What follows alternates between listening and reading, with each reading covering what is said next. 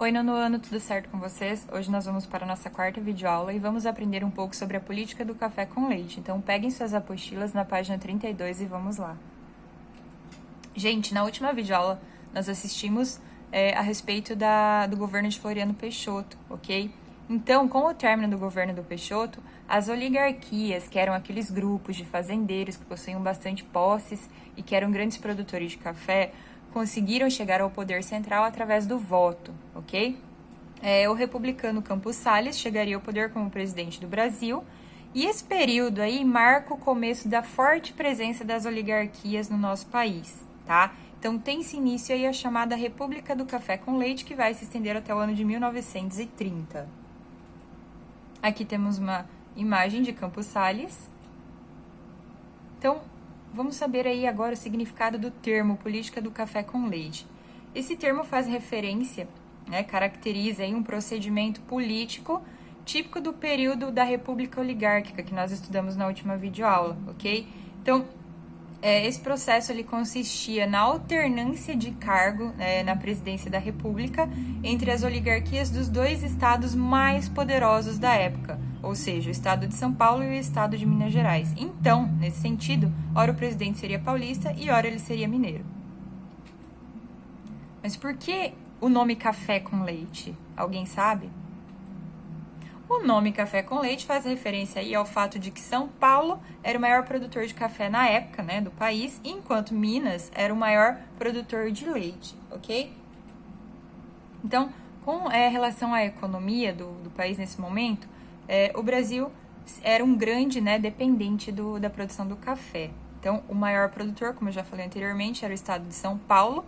No começo do século XX, os produtores começaram a aumentar a grande quantidade de café que era produzido. Isso fez com que tivesse uma queda no preço do produto, uma vez que o mercado ficou totalmente cheio dessa mercadoria.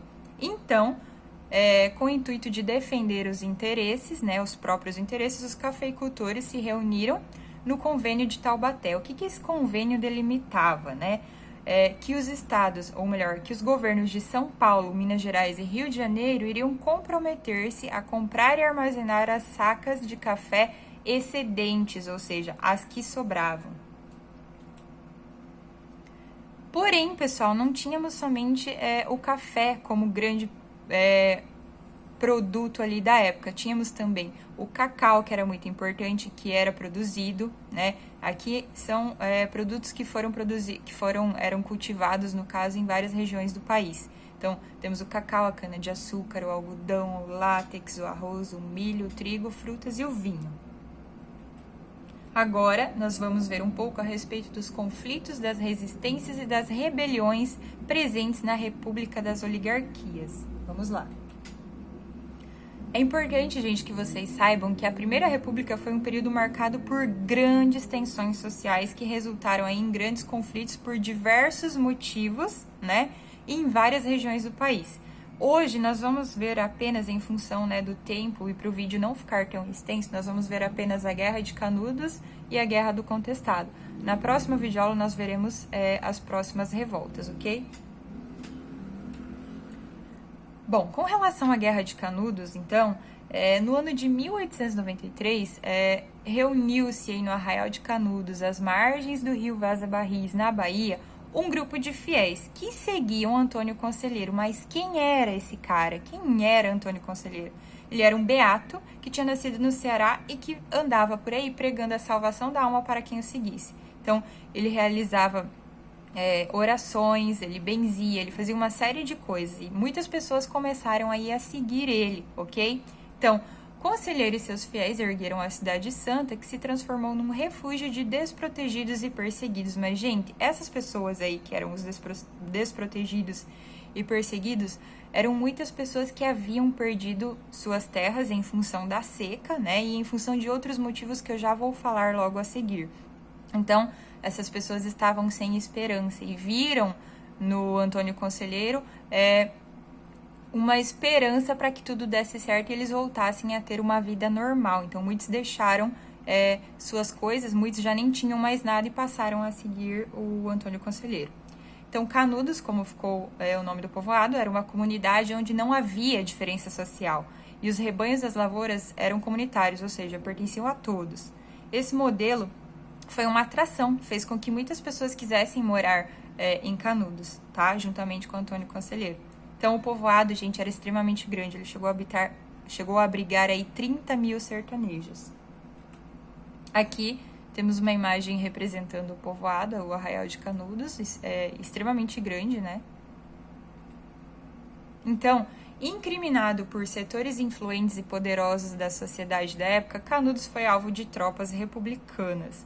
Ao contrário das expectativas do governo, a comunidade conseguiu resistir a 4 investidas militares, ou seja, não foi na primeira invasão que eles conseguiram acabar com Canudos, ok? Somente na última expedição, então na quinta, que contava aí com metralhadoras e canhões, a população apta para o combate foi massacrada. Porém, pessoal, não morreram somente as pessoas, parte, né, no caso das pessoas que moravam em Canudos, mas também parte das tropas republicanas.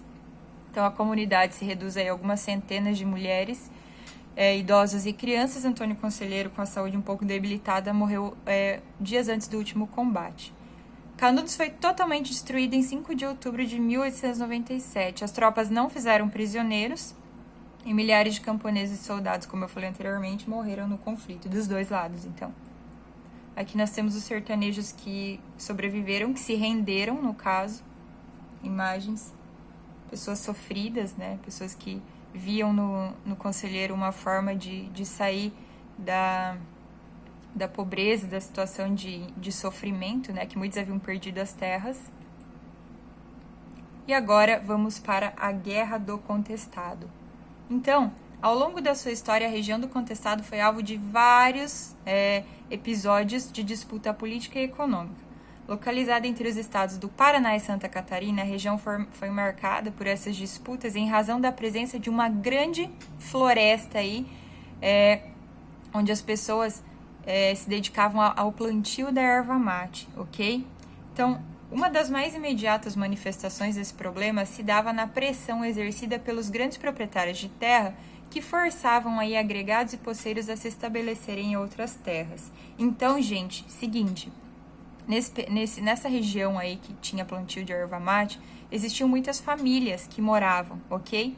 Então, muitos grandes fazendeiros apareceram nessa região e quiseram comprar essas propriedades. E muitos chegaram e expulsaram as pessoas que moravam há mais de 20, 30 anos nessa região, e essas pessoas ficaram sem ter para onde ir. Algumas conseguiram vender, mas outras foram expulsas, tá?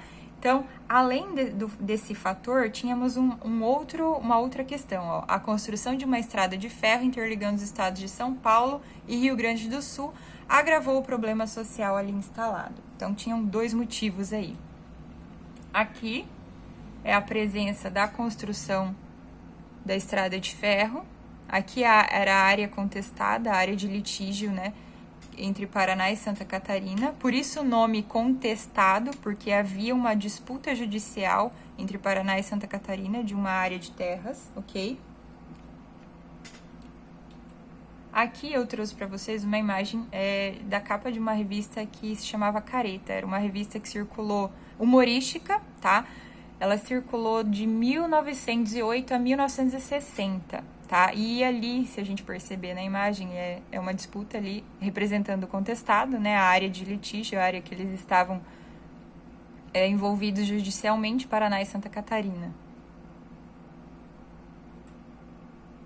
Com a formação dessa massa de operários desempregados e camponeses desapropriados, a região do contestado começou a presenciar um movimento messiânico, ou seja, as pessoas que haviam perdido as terras delas, como eu falei anteriormente, que chegaram fazendeiros para comprar ou chegaram fazendeiros e expulsaram elas dessa região, ficaram sem ter para onde ir, ok? E começaram aí a seguir alguns beatos que a gente já vai ver a seguir. E outras pessoas foram trabalhar na construção daquela ferrovia que eu mostrei no mapa.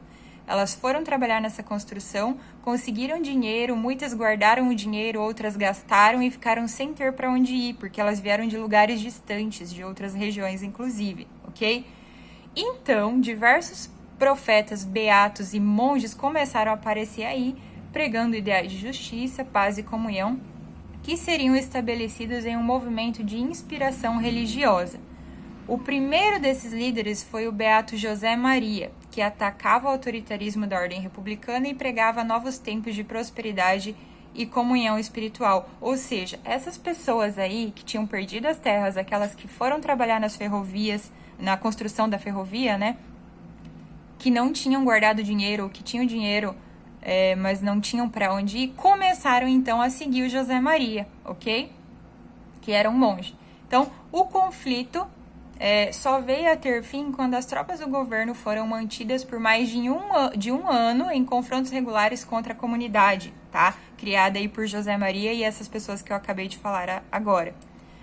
Para tanto, utilizaram-se aí de aviões e uma pesada artilharia. No fim da luta, em 1916, milhares de sertanejos foram brutalmente executados.